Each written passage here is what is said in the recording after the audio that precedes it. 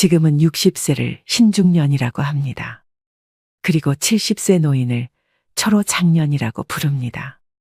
그렇지만 말로만 중년장년이면 뭐합니까? 그에 걸맞은 매력적인 포인트가 있어야 하지 않겠습니까? 그야말로 멋지게 나이 들어야 한다는 뜻입니다. 얼마 전 아주 유쾌한 모임에 참석하게 되었습니다. 지인의 초대로 함께한 자리의 장은 80대가 넘은 분으로 걸음걸이가 단정하고 앉은 모습도 흐트러지지 않았으며 참석자들이 올 때마다 애정어린 인사로 반겨주었습니다. 모임 내내 그분은 상대가 가진 좋은 점을 칭찬하며 서로에게 도움이 되는 조언을 하셨죠. 식당의 주인에게도 위트 넘치게 대하였으며 마지막에는 조용히 밥값까지 자신의 카드로 지불했습니다. 한 번도 염색하지 않으셨다는 머리는 화이트와 그레이가 어울려 더욱 단정한 모습을 보이셨고 하얀 셔츠에 자켓 차림은 꽤 멋있는 옷차림이었습니다. 10명이 모여 식사를 하였는데 모임이 파하고 집에 돌아와도 유쾌한 기분이 내내 들었습니다. 아름다운 노년의 전형을 보게 된 것 같아 앞으로의 지향점도 생기기도 해서 좋은 기분이 들었는데요. 우리가 흔히 매력이 있다고 하면 용모가 멋지고 아름다운 젊은이들을 떠올리기 쉽지만 나이 든 분들의 매력은 경륜까지 더해져 훨씬 깊이가 있다는 것을 깨닫게 된 좋은 경험이었습니다. 여러분은 이 노신사를 보고 어떤 생각이 드시나요? 우리는 늙는 것이 아니라 익어가는 것이라 했습니다. 그런데 익어가더라도 곱게 익어가고 익어갈수록 매력이 넘치지 않으면 안 됩니다. 다 늙어서 무슨 매력이냐 하시는 분들도 분명 계실 겁니다. 매력은 더 이상 젊은이들만의 전유물이 아닙니다. 나이 들어 늙어가는 노인도 충분히 매력적입니다. 그러나 노인들은 대개 늙었다는 이유로 매력이라는 단어에 거리를 두는 옷차림과 언행을 하는 것을 쉽게 볼 수 있습니다. 그렇지만 오히려 나이가 들수록 외모에서부터 개인 취향인 옷차림까지 시각적, 정신적인 부분까지 포괄적인 항목에서 매력을 느낄 수 있어야 살아가는데 활력이 생길 수 있습니다. 영국 런던의 정치경제대학교 교수였던 캐서린 하킴은 매력자본이라는 개념을 만들었습니다. 한마디로 매력이 능력이자 경쟁력이라는 말인데요. 그녀가 말한 매력은 잘생긴 외모만을 뜻하는 것이 아닙니다. 유머 감각과 활력, 세련미, 상대를 편안하게 하는 기술 등 다른 사람의 호감을 사는 멋진 태도나 기술을 말합니다. 이런 멋진 태도나 기술은 나이가 많다고 쇠퇴하지 않는다는 것입니다. 오히려 더 좋아질 수도 있습니다. 이것이 바로 나이듦의 지혜와 여유가 아니겠습니까? 그렇다면 나이 들수록 잃어가는 매력을 어떻게 유지할 수 있을까요? 다음에 5가지를 충실히 실천하시면 여러분들도 분명 매력 자본을 갖춘 멋쟁이 노인이 될 수 있습니다. 영상 끝까지 시청하시고 오늘부터 바로 실천해 보시길 바랍니다. 첫째, 자주 웃으셔야 합니다. 얼마 전 지하철의 경로석에 앉은 노인들을 유심히 관찰해 보았습니다. 거의 모든 노인의 인상이 찌그러져 있었는데요. 이처럼 대개 노인하면 인상이 찌푸려져 있는 모습을 떠올립니다. 그러나 가끔 인터넷에서 사진을 검색하다 환하게 웃고 있는 주름진 노인의 얼굴을 보면 훨씬 안정감을 주고 세월의 깊이를 느끼게 해줍니다. 그러니 자주 크게 일부러라도 웃으셔야 합니다. 상대가 한 말의 웃음소리로 화답해주면 상대와의 관계도 좋아질 것입니다. 되도록 늘 웃는 얼굴을 유지하셔야 합니다. 좋은 인상을 주려면 늘 웃는 연습을 해보는 것입니다. 거울을 보고 입꼬리 올리고 씩 웃어보세요. 나이 들어 웃는 얼굴을 만드는 것이야말로 가장 중요한 매력 포인트입니다. 둘째, 항상 마음의 여유를 가지셔야 합니다. 특히 사소한 일에 이러쿵저러쿵 따지지 말아야 합니다. 나이 들어가면서 불평불만이 잦은 것은 듣는 사람에게 동정심을 일으키지도 못하고 오히려 흉하다는 생각을 하게 합니다. 조금 불편해도 왜 나를 챙기지 않지 하는 마음을 버리고 마음의 여유를 가지셔야 됩니다. 마음에 안 들고 불편하더라도 웬만한 것들은 모두 양보하며 웃어넘기세요. 그래야 멋진 노년이 될 것입니다. 셋째, 품격을 지키셔야 됩니다. 무단횡단하는 일이 나이든 이의 특권은 아닌 것과 같이 삼가야 할 것은 확실히 삼가야 됩니다. 나이 들었으니 용인 되겠지 하는 생각은 하지 말아야 됩니다. 오히려 나이 든 사람이 하는 말을 듣게 됩니다. 또 젊은이들의 행동을 못마땅하게 여겨 잔소리하는 것을 삼가야 합니다. 하고픈 말이 있더라도 매우 중요한 것이 아니면 가급적 삼가하는 것이 좋습니다. 음식을 앞에 두고 맛을 타박하지 말고 감사의 인사를 전한다면 더욱 맛있는 식사를 할 수 있을 것입니다.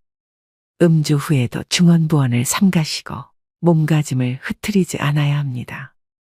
나이가 들면 청력의 손실로 목소리가 점점 커지니 말할 때도 주의 깊게 이야기해야 됩니다. 노인이라도 다 똑같은 노인이 아닙니다. 시기적절한 유행도 외면하지 말고 나이 들수록 자신의 외모도 다듬고 가꾸고 옷차림도 더 신경 쓰셔야 합니다. 그래야 노년의 품격이 자연스럽게 드러나는 것입니다. 넷째, 하루를 만끽하며 사셔야 합니다.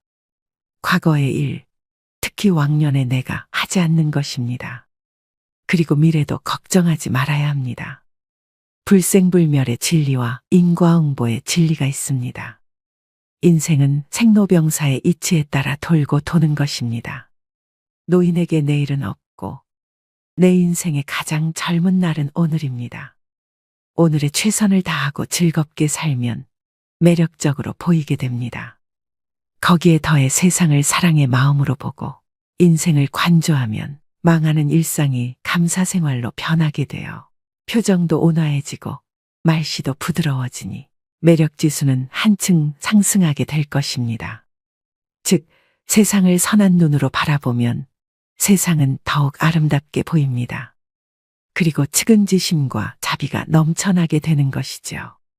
미국 대통령이었던 루즈벨트의 부인 엘레나 여사가 남긴 명연설문 중에 한 구절 중에 이런 말이 있습니다. 아름다운 젊음은 우연한 자연현상이겠지만 아름다운 노년은 누구도 쉽게 빚을 수 없는 예술작품이다. 그렇습니다.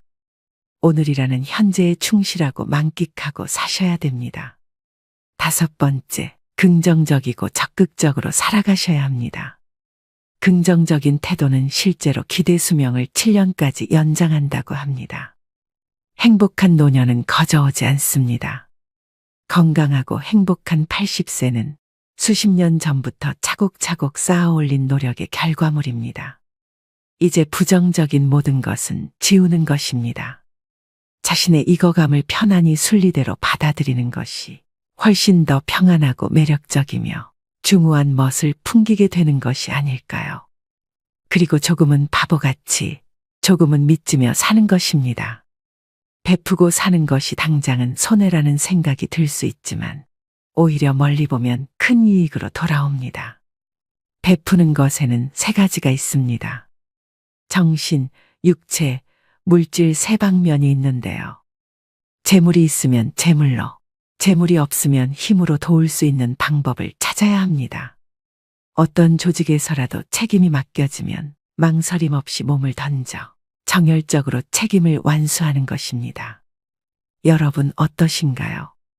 어떻게 늙어갈 것인가는 모든 노인들의 화두일 것입니다. 사람이 각기 살아온 역사가 다른 것처럼 늙는 것도 각자 다를 수밖에 없습니다. 품위를 지키며 보람차고 아름답게 늙는 사람이 있는가 하면 그렇지 못한 경우도 있습니다.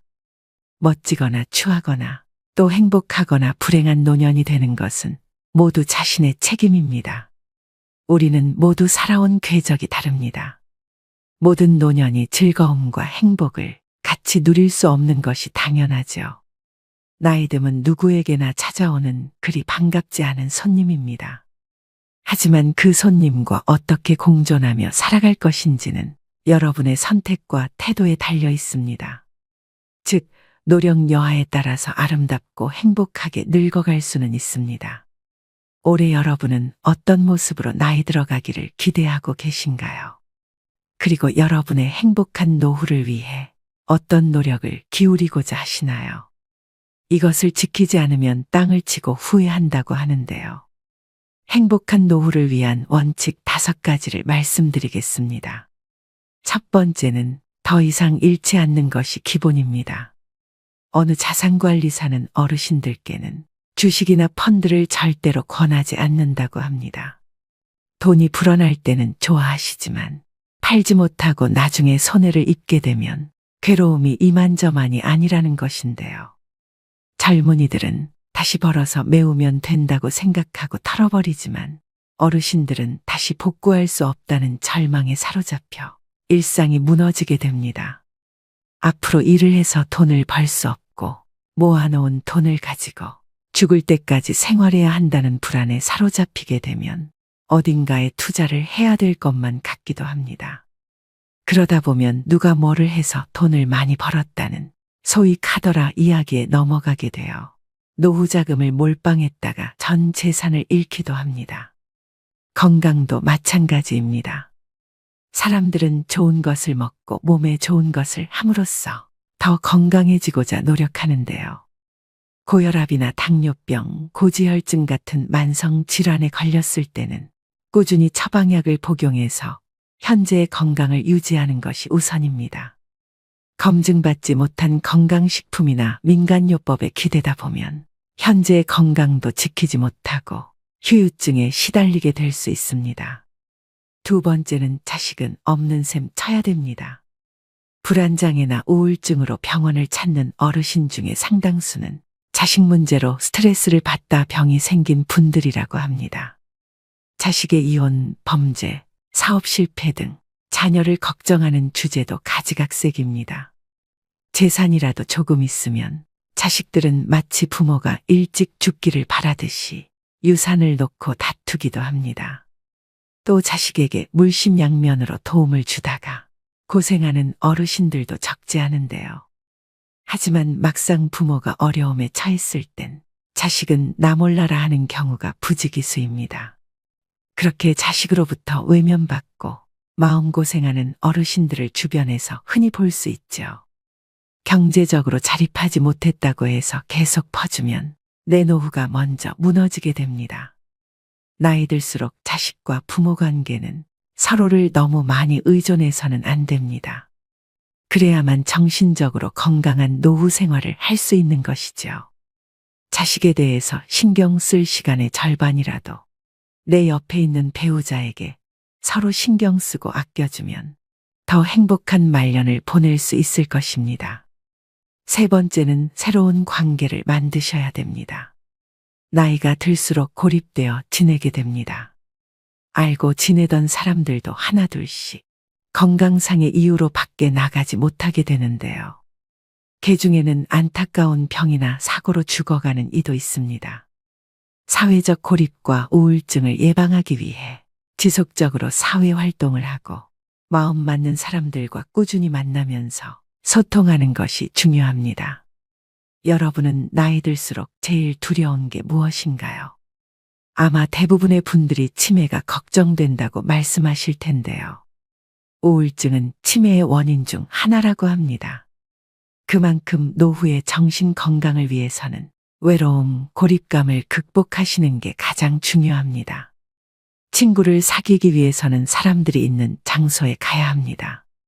기존의 인연을 이어가는 모임도 중요하지만 같은 취미를 가진 사람들이 모인 동호회나 봉사활동 같이 새로운 사람을 만날 수 있는 기회도 만드셔야 됩니다. 혼자 되는 것이 두려워 마음이 맞지 않는 사람과 계속 인연을 유지하시는 분들이 있습니다. 그런 점에서도 새로운 관계를 맺어 아프고 속상한 일이 있을 때 만나서 얘기할 이가 있어야 합니다. 네 번째는 나에게도 너그럽고 남에게도 너그러워야 합니다. 일생을 아주 단순하게 나누면 행운, 보통, 불운으로 3등분 할 수 있을 것입니다. 하지만 삶이 그렇게 단순하지만은 않지요. 행운과 보통의 경계선에 위치한 일이 발생하는 경우 누구는 행운으로 받아들이고 누구는 보통으로 받아들입니다. 즉, 삶을 어떻게 대하느냐에 따라 달라집니다. 항상 내가 맞고 남은 틀려야 한다고 고집하는 이는 자신이 틀릴 때마다 화가 나서 싸울 것입니다. 나도 틀리고 남도 틀리다고 생각하는 사람은 매사에 부정적입니다. 남편도 마음에 안 들고 자식도 마음에 안 들고 직장도 마음에 안 들고 나라도 마음에 안 듭니다. 가장 마음 편하게 사는 사람은 나에게도 너그럽고 남에게도 너그러운 사람입니다. 세상에 대해서 기대하는 것이 하나도 없다는 것은 희망이 없다는 것인데요. 하지만 세상에 대해서 기대치가 너무 높으면 매사가 불행해집니다. 사람도 일도 돈도 내 기대를 채워주지 못합니다. 따라서 나에게도 만족하고 남에게도 만족하는 삶을 살아야 합니다. 마지막 5번째는 현재에 집중해야 합니다. 옛날은 옛날이라고 생각을 하고 툭툭 털고 일어나야 합니다. 과거에 행복했다는 생각 때문에 현재가 불행하게 느껴져서는 안 됩니다. 과거의 트라우마로 인해 아직까지 불행에서 벗어나지 못해서는 안 됩니다. 미래에 대해서도 마찬가지입니다. 희망을 잃고 절망에 빠지면 현재도 불행해집니다. 장밋빛 미래에 현혹되면 현재를 대강대강 살면서 꿈을 쫓는다고 생각하기 쉽습니다. 과거의 잘못을 돌이켜보면서 같은 실수를 되풀이하지 말아야 한다는 점에서 과거 역시 무시해서도 안 되겠죠. 미래에 대한 희망도 필요하고 미래에 대한 걱정도 필요합니다. 하지만 삶의 중심은 언제나 현재여야만 한다는 것을 명심하셔야 됩니다. 행복하고 건강한 노년을 위한 필수 원칙 5가지를 말씀드렸는데요. 사람들은 살다 보면 흔히 지금보다 더 나빠질 게 없다는 말을 하곤 합니다. 하지만 과거가 현재가 되고 현재가 미래가 됩니다. 최악의 시점이라고 생각이 들던 과거의 한때도 지금 돌이켜보면 그때가 지금보다는 나았다는 생각이 들 수 있을 텐데요. 60살이 되면 50살이었을 때를 생각하면서 그때는 좋았다고 여기고 80살이 되면 70살이었을 때가 좋았다 여기기 마련입니다. 그렇기 때문에 나이 들어서도 매 순간 계속해서 좋은 추억을 만드는 것이 중요합니다. 젊었을 때의 추억만이 나이 들어 힘이 되는 것이 아닙니다. 누구나 100살까지 살 수 있는 세상에서 나이 들어서 만들어진 좋은 추억도 훌륭한 인생 미천이 됩니다. 마지막으로 노후철의 명심보감을 들려드리면서 오늘의 영상 마무리하겠습니다. 부르는 데가 있거든 무조건 달려가라. 불러도 안 나가면 다음부터는 부르지도 않는다. 아내와 말싸움이 되거든 무조건 져라. 여자에게는 말로써 이길 수가 없고 혹 이긴다면 그건 소탐대실이다. 밥도 제대로 못 얻어먹는 수가 있을 것이다. 일어설 수 있을 때 걸어라. 걷기를 게을리하면 일어서지도 못하게 되는 날이 생각보다 일찍 찾아올 것이다. 남의 경조사에 나갈 때는 제일 좋은 옷으로 차려입고 나가라. 내 차림새는 나를 위한 뽐냄이 아니라 남을 위한 배려다.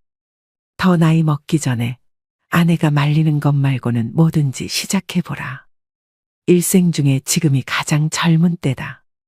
옷은 좋은 것부터 입고 말은 좋은 말부터 하라. 좋은 것만 하여도 할 수 있는 날이 얼마 남지 않았다. 누구든지 도움을 청하거든 무조건 도와라. 나 같은 사람에게 도움을 청하는 사람이 있다는 것을 감사히 생각하자. 안 좋은 일을 당했을 때는 이만하길 다행이다 하고 믿었던 사람에게 배신당했다면 오죽하면 그랬을까 하고 젊은 사람에게 무시를 당했으면 그러려니 하고 살자. 범사에 감사하며 살자. 적어도 3가지는 감사해야 한다. 나를 낳아서 키워준 부모에게, 이날까지 밥 먹고 살게 해준 직장에, 한평생 내조하느라 고생한 아내에게 감사하자. 이 3가지에도 감사함을 모른다면 사람의 도리가 아니다. 나이 들었어도 인기를 바란다면 입은 닫고 지갑은 열어라. 자식에게 용돈 주고 후배들에게는 가끔 한턱을 쏘고 아내와는 외식을 자주 하라. 어떤 경우에라도 즐겁게 살자. 현실의 고통도 지나고 보면 아무것도 아니다. 보고 싶은 사람은 미루지 말고 연락을 해서 약속을 잡아 만나라. 내일 죽는다고 생각하자. 오직 한 번뿐인 인생살이 순간을 소중하게 여기고 만나는 인연마다 귀하게 여기자. 오늘도 노후의 지혜와 함께 해주셔서 감사드립니다. 황금빛으로 무르익어가는 여러분의 지혜로운 인생을 언제나 응원합니다.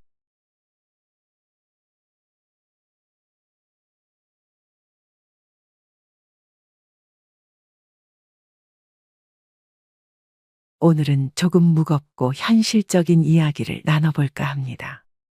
인간이라면 누구도 피할 수 없는 한 가지가 있죠. 우리 모두는 언젠간 늙고 병들어 죽게 마련입니다. 죽음을 떠올리는 것을 금기시하는 우리는 죽음의 맨 얼굴을 애써 보지 않으려 하다가 부모나 배우자, 자식처럼 가까운 사람을 잃고 나서야 허둥지둥 죽음에 관해 생각합니다. 그러나 그것도 잠시, 산 사람은 살아야 한다며 또다시 현재에만 집중하죠. 하지만 우리 대부분은 호스피스 병동의 환자처럼 임종실의 주인공이 될 것입니다. 이처럼 우리 모두는 언젠가 죽음을, 사랑하는 이와의 영원한 이별을 준비해야 합니다. 사실 그보다 더 힘든 것은 죽음의 순간 작별 인사도 하지 못하는 것일 텐데요. 인간이 세상을 떠나기 전 때가 왔다는 것을 알 수 있다면 얼마나 좋을까요? 스스로 삶을 마무리하는 시간을 가질 수도 있고 사랑하는 사람의 마지막 순간을 지킬 수도 있을 것입니다. 인생이라는 웅장한 공연의 커튼이 내려가는 그 순간, 여러분과 저는 무엇을 뜨겁게 느끼면서 육체와 이별하게 될까요?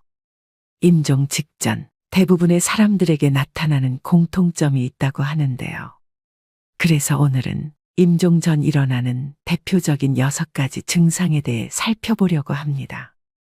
오늘의 영상 끝까지 시청하시고 인생의 마지막 여정을 위한 해안을 얻으셨으면 좋겠습니다. 바로 시작하겠습니다. 우선 첫 번째로 수면 시간에 변화가 생깁니다. 길게는 약 한 달에서 짧게는 일주 전부터 수면 시간은 평소보다 길어지고 깨워도 별 반응을 하지 않습니다. 3, 4일을 내리자고 잠깐 가족의 얼굴을 알아본 뒤 다시 깊은 잠에 빠져들기도 합니다. 마치 혼수 상태처럼 잠만 자는 것이 특징인데요.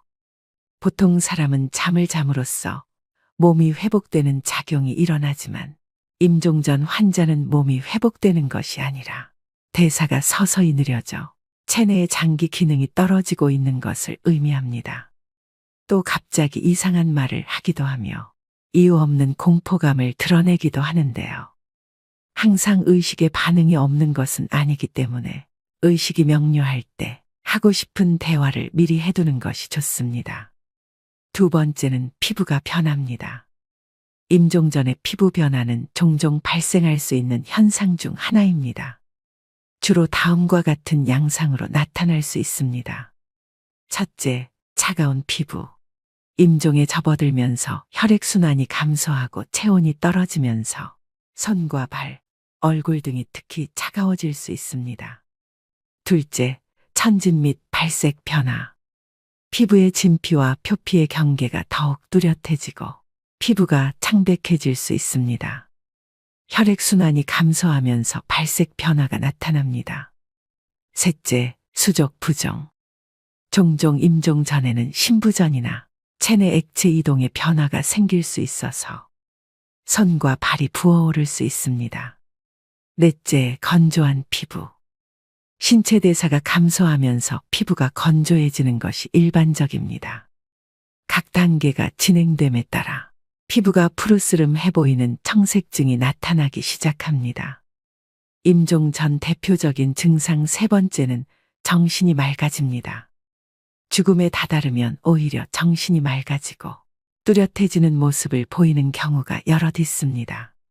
보통 이런 현상은 노화로 죽음을 맞이하는 노인들에게서 많이 발견되는 증상입니다. 이런 경우 제 기능을 하지 못하던 뇌도 순간적으로 제 기능을 해서 전에는 바로 옆에 있어도 잘 알아보지 못하던 가족들을 알아보고 초점을 잃었던 눈에도 힘이 생깁니다. 이런 상황에서 보통 어르신들은 가족들과 인사를 나누고 유언을 하시기도 합니다. 이럴 때 종종 힘있고 뚜렷한 눈으로 천장이나 창밖을 계속해서 주시하는 경우가 많다고 합니다. 네 번째는 호흡이 변합니다.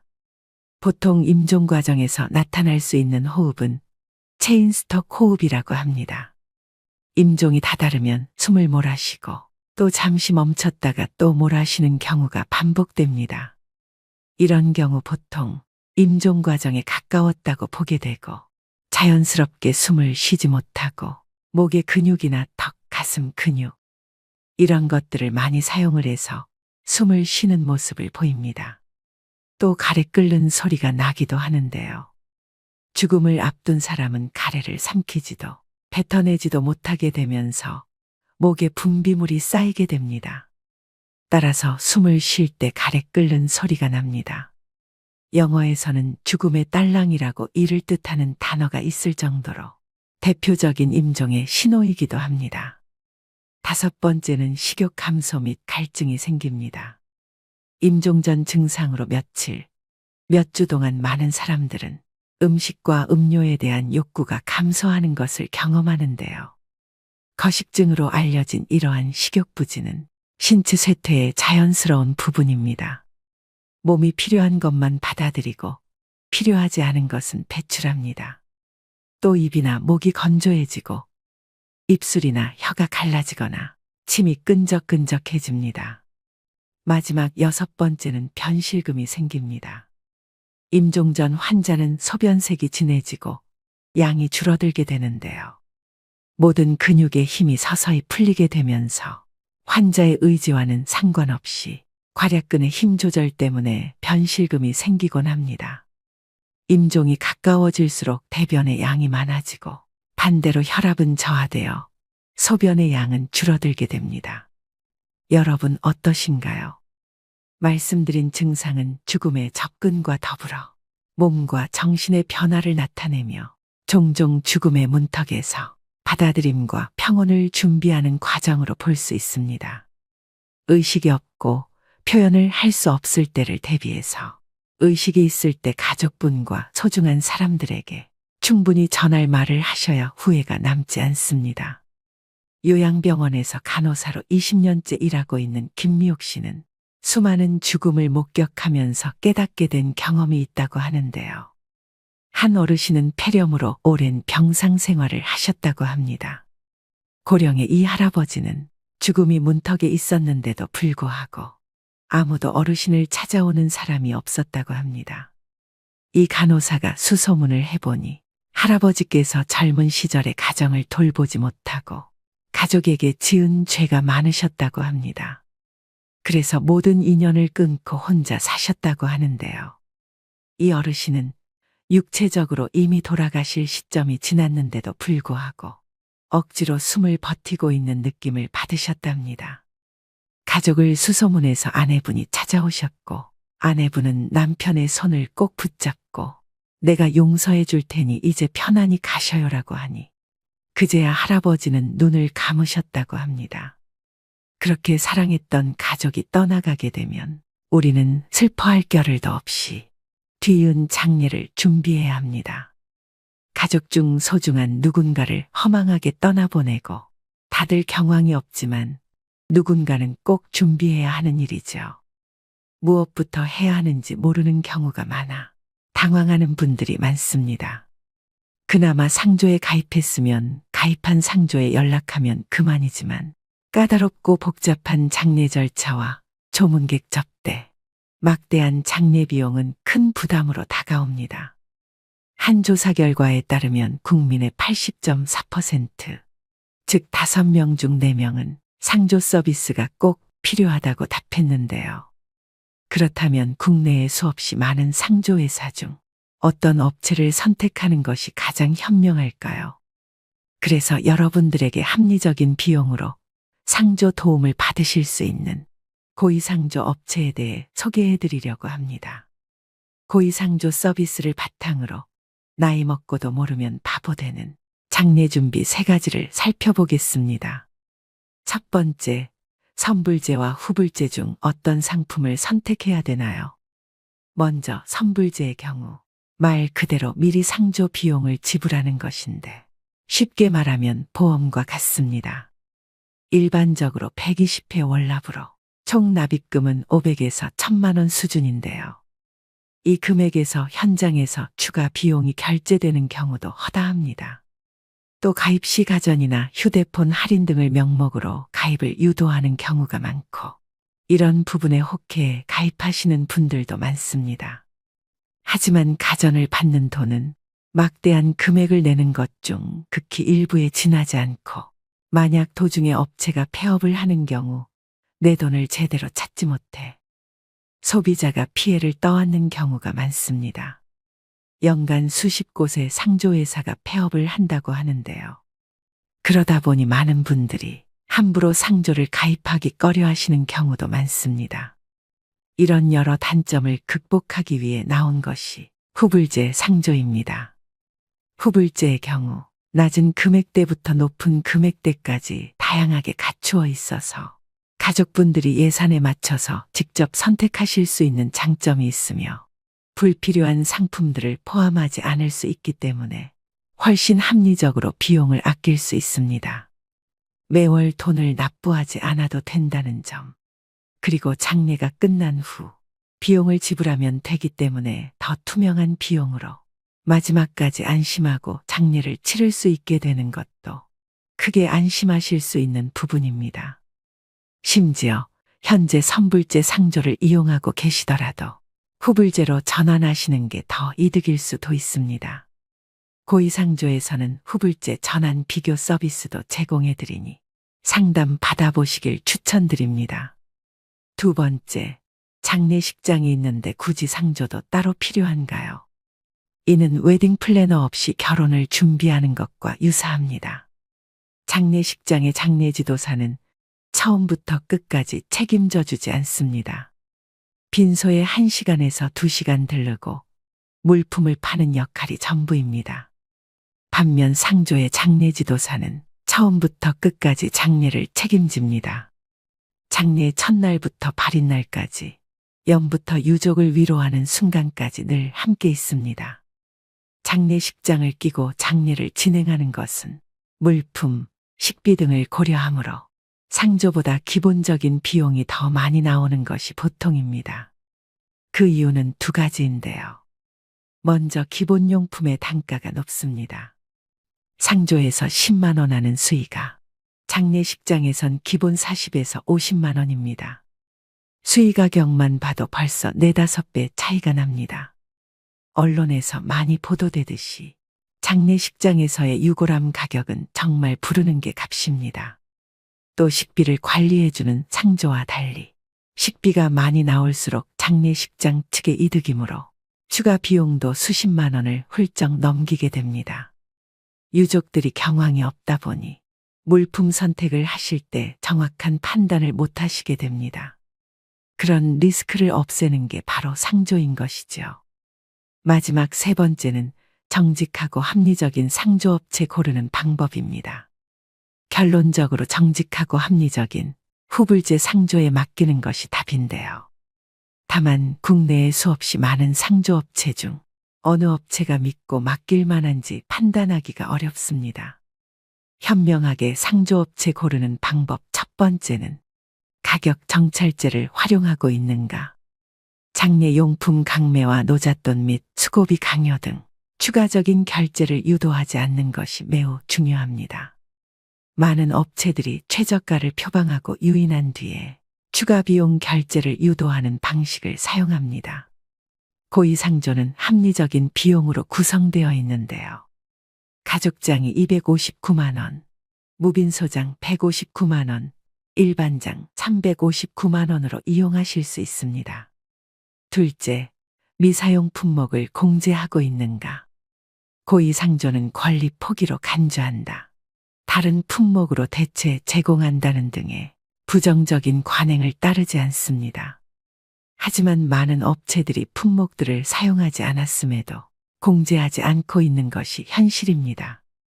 셋째, 친절한 서비스를 제공하는가. 당연한 말이지만 상조의 하청의 재하청 구조 등으로 비싼 비용을 지불하고도 소비자의 당연한 권리인 친절한 서비스가 제공되지 못하는 경우가 빈번합니다. 고위상조는 24시간 직영상담센터 운영과 엄격히 선발된 장례지도사를 통한 친절한 서비스 제공이 고객 만족의 최우선입니다. 나이 들수록 모르면 바보 되는 장례준비 3가지에 대해 말씀드렸습니다. 이처럼 알면 알수록 꼭 필요한 게 상조라고 생각되는데요. 상조 서비스와 함께라면 전문가의 도움으로 온전히 애도에 집중할 수 있어 심적 부담감을 덜고 목돈이 필요한 장례를 물가 인상에도 변동 없는 금액으로 치를 수 있어 경제적 부담감을 덜 수 있습니다. 가족의 죽음은 슬프지만 누군가는 꼭 준비해야 되는 일입니다. 합리적인 고의상조를 통해서 사전에 장례 준비를 해놓는 것은 조금 더 현명하게 사랑하는 사람을 편안히 보내드리는 길일 것입니다. 전화 상담도 가능하니 필요하신 분들을 위해 전화번호를 남겨드립니다. 고의상조 1666-9784입니다. 가장 건강할 때 자신의 죽음과 사랑하는 가족의 죽음을 준비해 두면 남은 인생은 선물처럼 주어지고 노후를 더욱 활기차고 평온하게 살아갈 수 있을 것입니다. 오늘의 영상 어떠셨나요? 잘 죽으려면 잘 살아야 한다는 말이 있습니다. 그렇다면 잘 산다는 말은 무엇일까요? 용서를 빌어야 하는데 빌지 못했던 잘못들, 옆에 있는 사람에게 잘해주지 못한 것에 대한 마음이라고 마지막 순간에서 대부분의 사람들은 그렇게 말합니다. 모든 죽음은 슬픕니다. 하지만 슬픔 속에서 떠나더라도 우리는 죽음 직전까지 행복해야 합니다.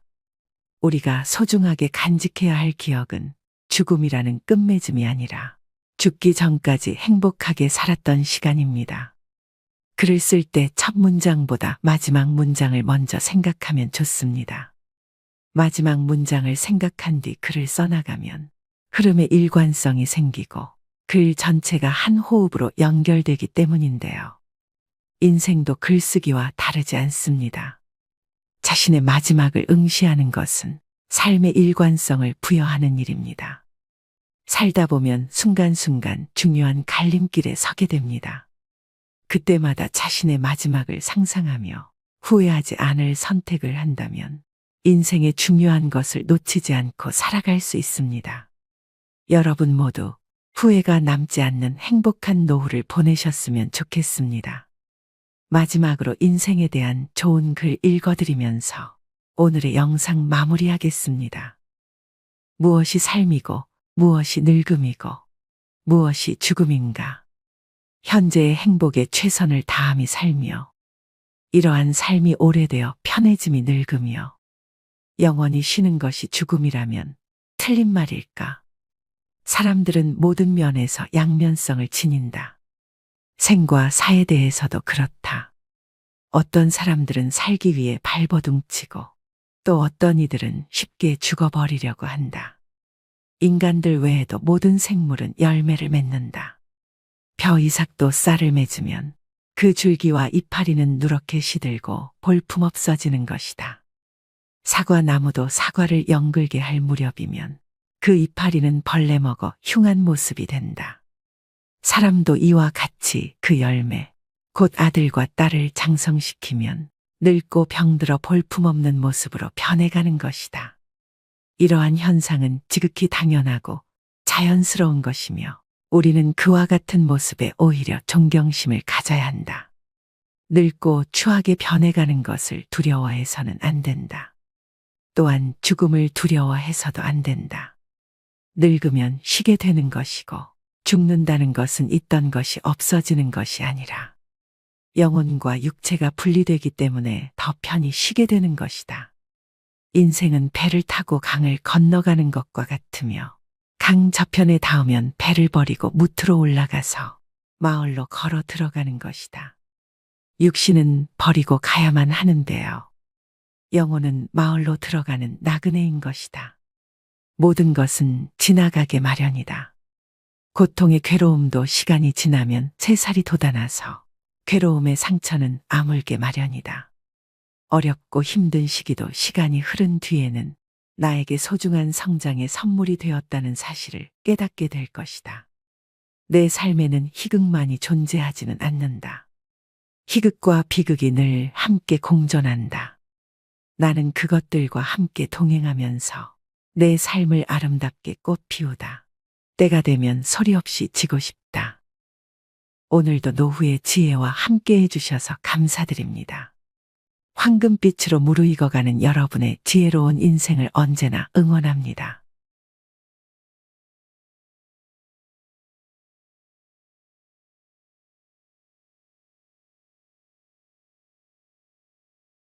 시간은 누구에게나 공평하게 주어집니다. 매년 차곡차곡 쌓이는 마일리지처럼 아이는 서서히 청년이 되어가고 청년은 자연스레 늙어 노화의 길로 접어들죠. 하지만 나이 듦이 곧 노쇠를 의미하는 것은 아닙니다. 나이와 관련한 모순된 속담 두 가지가 있습니다. 나이는 못 속인다와 나이는 숫자에 불과하다. 둘 다 나이 듦을 이야기하지만 전자가 나이에 굴복하고 노쇠 수순에 순응하는 의미라면 후자는 육체적 노화를 벗어나려는 자발적 의지가 담겨 있습니다. 여러분은 둘 중 어떤 속담을 품고 사시나요? 나이 듦이란 물리적 노화일 뿐 우리 몸 안에 가슴에 청춘을 담는 일은 내 의지와 결정에 따라 얼마든지 달라질 수 있습니다. 지금이라도 변화하고 싶다면 잘 늙어가는 것이 곧 오래도록 청춘으로 사는 길이겠죠. 나이 들면 이런 마음으로 살다 갑시다. 삶을 남과 비교하지 말고 남을 원망하지 말고 부모로서 자식이 잘 되길 바래도 자식들에게 너무 기대하지 말고 지난 날을 후회하지 말고 내 운명이라 생각하고 운명이 다해 세상 떠날 때 부와 권력, 명예 다 놓아버리고 빈손으로 홀가분하게 미련 없이 미소 짓고 떠나게 해달라고 기도하며 삽시다. 재물이 많아도 만족하지 못하고 더 많은 재물을 모으려고 발버둥치면 재물의 노예가 되어 가진 재물에 만족하지 못해 마음이 가난하고 많은 재물이 없어도 가진 것에 만족하고 분수에 맞게 즐겁게 살면 마음이 부유의 부자입니다. 가난한 사람과 부자는 마음먹기에 달려 있습니다.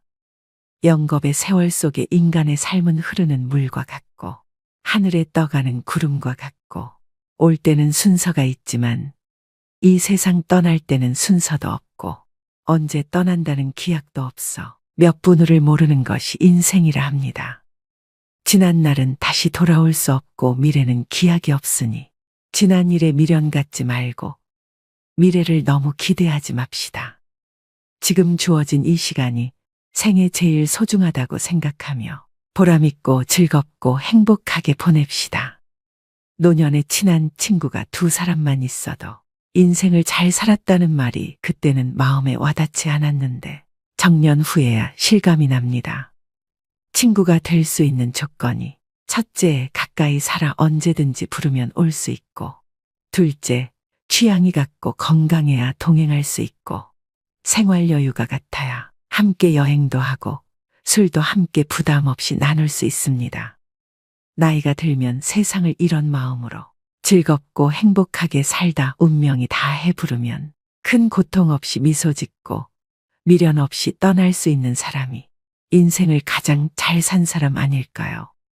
그래서 오늘은 나이 들어 성숙한 내면을 가지기 위해 반드시 피해야 할 행동 6가지에 대해 알려드리겠습니다.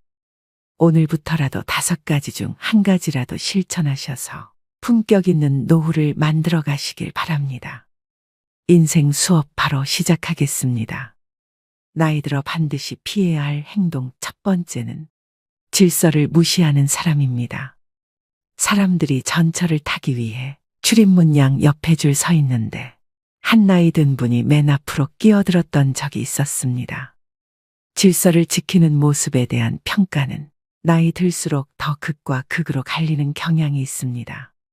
3, 40대면 당연한 모습처럼 여기는데 머리가 흰 나이 든 노인이 질서를 지키는 모습은 훨씬 더 존경스러운 마음이 듭니다. 어른도 저러는데 나도 본받아야지 라는 생각이 듭니다.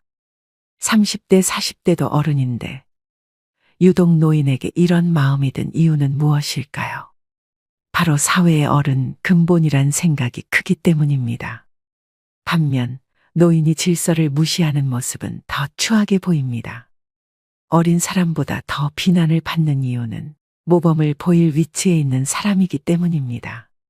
오래전 줄을 서자, 차선을 지키자라는 캠페인이 벌어진 적이 있습니다. 사고를 예방하고 모두가 편해지는 길이라는데 공감했습니다. 새치기하고 무단횡단하는 것은 정말 부끄러운 모습입니다. 그런데 이런 행동을 어른이 버젓이 하는 모습에 질서를 가르치던 부모는 아이의 눈을 가리게 됩니다. 배울 것이 없는 것은 괜찮습니다. 하지만 배우지 말아야 할 것을 하는 것은 어른으로서 부끄러운 일입니다. 이런 부끄러움은 나이가 들수록 더 커져 추하게 보이기까지 합니다. 아프거나 거동이 불편한 사람은 예외를 둘 수 있지만 나이 들어 질서를 무시하는 사람들을 보면 나이를 어떻게 먹었는지 혀를 차게 되고 자기만 아는 형편없는 사람으로 여기게 됩니다. 두 번째는 책임을 회피하고 남 탓하지 말아야 됩니다. 우리가 어른에게 기대하는 것 중 하나는 바로 성숙한 태도와 책임감입니다. 그렇다면 왜 책임을 회피하고 남 탓하는 사람이 나이값 못하고 취해 보일까요? 그 중심에는 존경의 가치와 신뢰의 손실이 있습니다. 우리는 일상에서 많은 선택과 결정을 내립니다. 그 과정에서 발생하는 실수나 실패는 자연스러운 일입니다. 자신의 잘못을 인정하고 그로 인한 결과를 받아들이는 것이 성숙한 어른의 모습입니다. 반면 남 탓만 하는 사람은 그 순간 그의 성숙함은 사라지고 존경의 대상에서 멀어집니다. 사소한 일부터 큰 일까지 모든 갈등과 다툼은 남 탓에서 시작됩니다. 특히 가까운 사이일수록 그런 일은 더 많이 발생합니다. 부부 사이나 부모와 자식 관계에서 남 탓으로 인한 갈등은 작은 불씨에서 시작해 결국 끌 수 없는 화재로 발전하곤 합니다. 어떤 경우든 남을 원망하지 마세요. 특히 가족 중에 누구를 원망하고 미워하는 것은 절대 금물입니다. 자신만 더 소외됩니다. 노년에 사랑하는 가족들마저 내 곁을 떠나가고 주변에 사람이 없으면 비참한 노후를 보내게 됩니다. 남을 탓하기 전에 자신의 행동을 되돌아봐야 합니다. 모든 결과는 자신의 선택과 행동에서 비롯됩니다. 일이 잘못되면 군자는 제 탓을 하고 소인은 남을 탓합니다. 나이 먹은 사람이라면 그에게는 지혜와 성숙함을 기대하게 됩니다. 그런데 책임을 회피하고 남 탓만 하는 사람은 그 기대치에 못 미칠 때가 많습니다. 그 사람을 보면서 아쉬움을 느끼게 됩니다. 나이 먹은 노인이 이런 태도를 보인다면 더욱 안타깝습니다. 노인은 제일 위에 있는 어른으로 그동안의 경험과 지혜로 후손이나 주변 사람들에게 좋은 영향을 미칠 수 있는 위치에 있습니다. 그런 노인이 책임을 회피하며 남 탓하는 모습은 정말로 추하게 보입니다. 지금부터라도 늦지 않았으니 미움을 버리고 사랑으로 가득 채우는 삶을 살아가시길 바랍니다. 세 번째는 죽음을 두려워하지 말아야 됩니다. 죽음을 경험해 본 사람은 아무도 없습니다. 따라서 죽음을 두려움의 대상이 아니라 삶에 대한 열망의 대상으로 전환해야 합니다. 우리의 인생은 죽음이 아니라 삶으로 파고들 때 그 진가를 발휘합니다. 우리는 왜 죽음을 두려워할까요? 죽음을 마주할 때 희망을 품어야 될까요? 아니면 체념해야 할까요? 죽음이라는 사건을 아예 잊고 살아갈 수만은 없습니다. 우리는 가족이나 친구들의 예상치 못한 사고 또는 질병으로 인한 죽음을 목격하곤 합니다. 가까운 사람의 죽음은 크나큰 슬픔을 안겨줍니다. 죽음이 슬픈 이유는 무엇일까요? 죽음이 아무런 예고도 없이 한순간에 찾아오기 때문일 것입니다. 사랑하는 사람을 잃을 때의 슬픔은 우리를 끔찍한 패닉 상태에 빠뜨립니다. 다시는 사랑하는 사람을 만나지 못할 거라는 절망에 휩싸입니다. 죽음은 서로 행복했던 추억들을 송두리째 빼앗아 버리고 영원히 함께하자고 맹세했던 약속을 산산이 깨뜨려 버립니다. 우리가 죽음을 두려워하는 까닭도 이번 삶에서 누렸던 모든 것을 빼앗아 가버리기 때문입니다. 죽음은 삶의 끝을 의미합니다. 죽음이란 이번 삶이 우리에게 선사했던 모든 것을 한순간에 박탈해 버립니다. 그렇다면 우리는 죽음에 대해 어떠한 태도를 가져야 할까요? 장자는 그의 아내가 죽자 두 다리를 뻗고 앉아서 질그릇을 두들기며 노래를 불렀습니다. 문상을 왔던 해자가 그 광경을 보고 아내가 죽었는데 곡을 하지 않고 노래를 하다니 이거 너무 심하지 않느냐고 질책을 했습니다. 장자는 왜 이러한 행동을 한 것일까요? 장자도 아내가 죽었을 때 처음에는 슬퍼서 목 놓아 통곡했다고 고백합니다. 하지만 곧 장자는 사계절이 되풀이해서 흘러가는 것과 마찬가지로 죽음은 소멸이 아니라 변화의 과정이라는 하늘의 운명을 깨달았습니다. 태어나기 전 인간에게 삶이란 없었습니다. 우연히 기가 형성되고 인간으로 태어나면서 삶이 시작된 것입니다. 죽음이란 이제 다시 변화의 과정을 통해 태어나기 전으로 돌아가는 것입니다. 우리에게는 가족의 죽음이든 자신의 죽음이든 운명으로 받아들이는 태도가 필요합니다. 인간이 죽는다면 그저 태어나기 전으로 돌아갈 뿐입니다. 죽음 이후를 막연히 두려워할 필요가 없습니다. 네 번째는 허풍을 심하게 떨거나 자랑을 너무 많이 하는 것입니다. 나이 들어서까지 입만 열면 잘난 척과 허풍을 떠는 사람이 있습니다.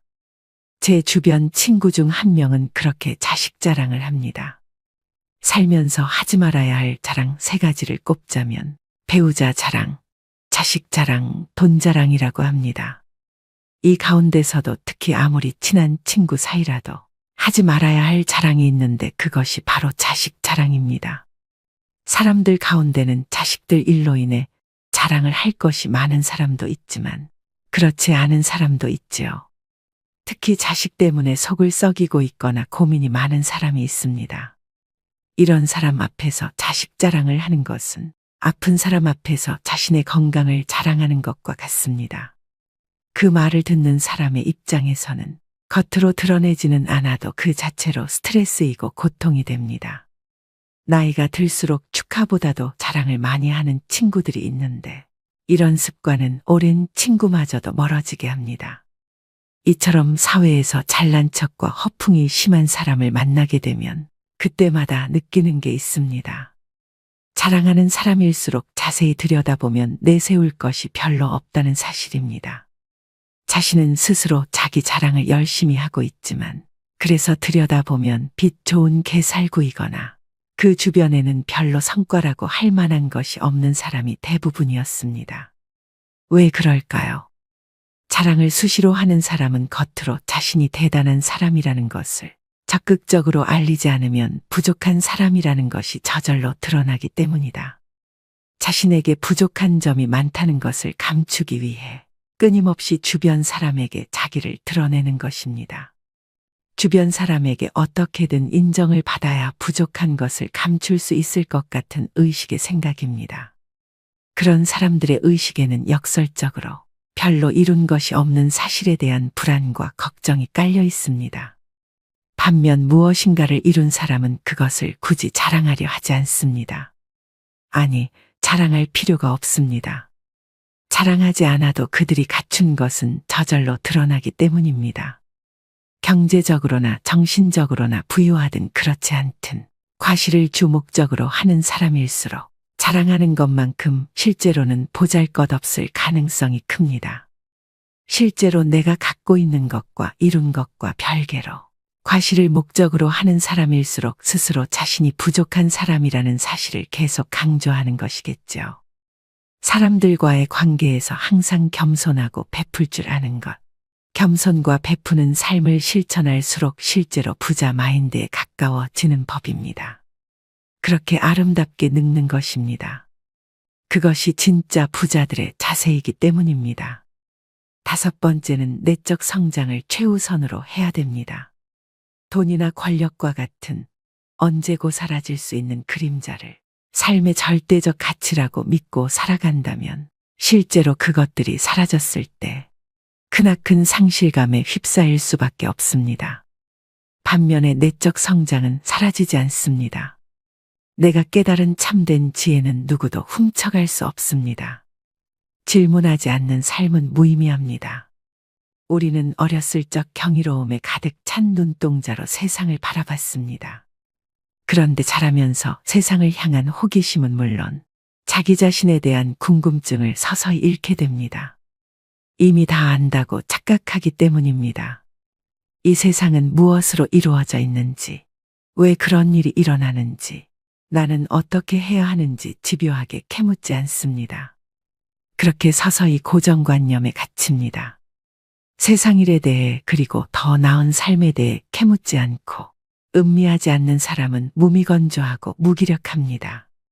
더 좋은 삶을 상상하지 않으니 변화 역시 생기지 않습니다. 뭘 해도 시큰둥하고 재미없는 일상에서 삶의 의욕을 얻기란 불가능할 것입니다. 그렇다면 어떻게 해야 할까요? 질문을 통해 지혜를 스스로 깨우쳐야 합니다.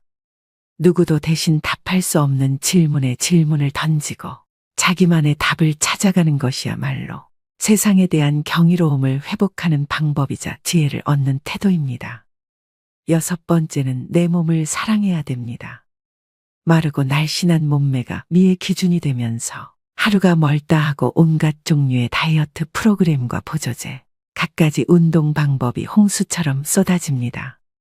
그러는 동안 남녀를 불문하고 식이장애에 시달리는 사람들도 늘어나고 있는데요. 식이장애는 극단적 다이어트 후 폭식과 거식으로 우울증과 같은 심리적 문제를 일으키는 질병입니다. 우울증은 다시 폭식과 거식으로 이어져 악순환의 고리에 빠지게 됩니다. 오늘날 건강한 육체는 겉보기에 날씬하고 다부진 몸매와 동일시 되고 있습니다. 아이러니하게도 날씬한 몸매를 얻는 대신 건강을 잃는 일이 생깁니다. 어떻게 하면 정신과 육체를 모두 건강하게 할 수 있을까요? 첫째, 내 몸을 사랑하는 것은 자유로워지는 첫걸음이다. 세상에서 말하는 아름다움의 기준을 충족시키기 위해서가 아니라 육체가 제 기능을 온전하게 발휘하도록 관리해야 됩니다. 남에게 보여주려고 인생을 낭비하지 마세요. 둘째, 마음의 허기를 정신적으로 채우는 것이다. 마음이 허해서 먹는다라는 말이 있습니다.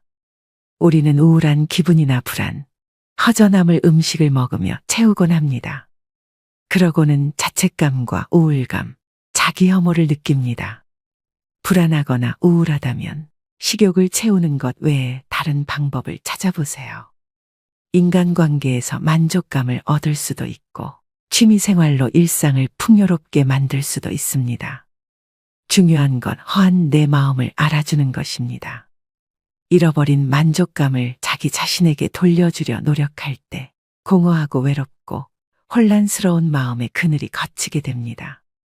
세상에서 말하는 아름다움의 기준을 충족시키기 위해서가 아니라 육체가 제 기능을 온전히 발휘하도록 관리해야 합니다. 남에게 보여주려고 인생을 낭비하지 말고 타인에게 맞춰진 모습으로 스스로를 뜯어고치려 하지 말아야 합니다. 오늘의 영상 어떠셨나요? 사람들은 이미 지나버린 시간 속에 후회스럽다 말을 자주 합니다.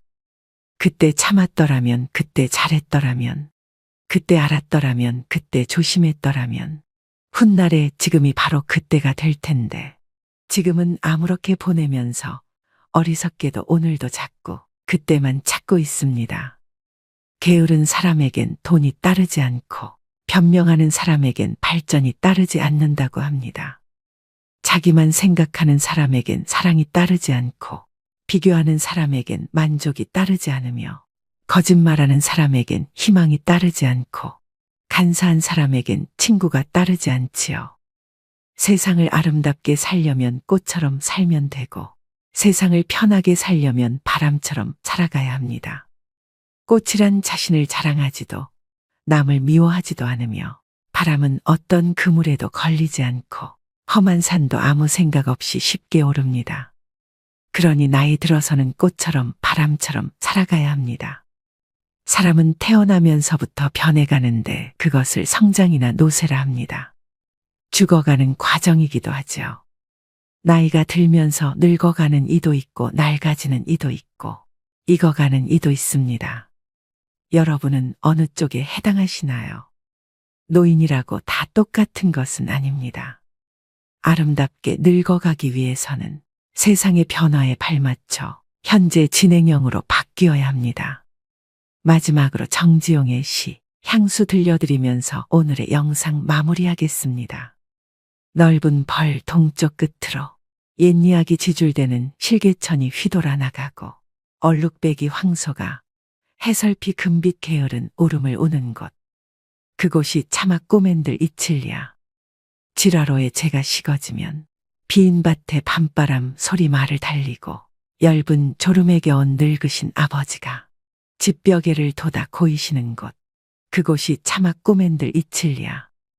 흙에서 자란 내 마음, 파란 하늘 빛이 그리워 함부로 쏜 화살을 찾으려 풀섭 이슬의 함초롬 휘적시던 곳.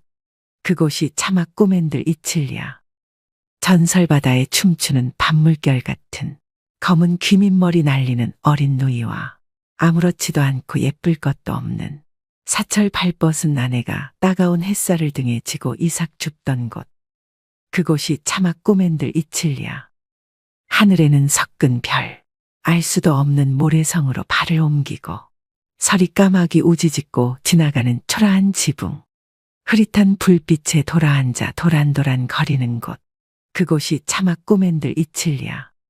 오늘도 노후의 지혜와 함께 해주셔서 감사드립니다. 황금빛으로 무르익어가는 여러분의 지혜로운 인생을 언제나 응원합니다.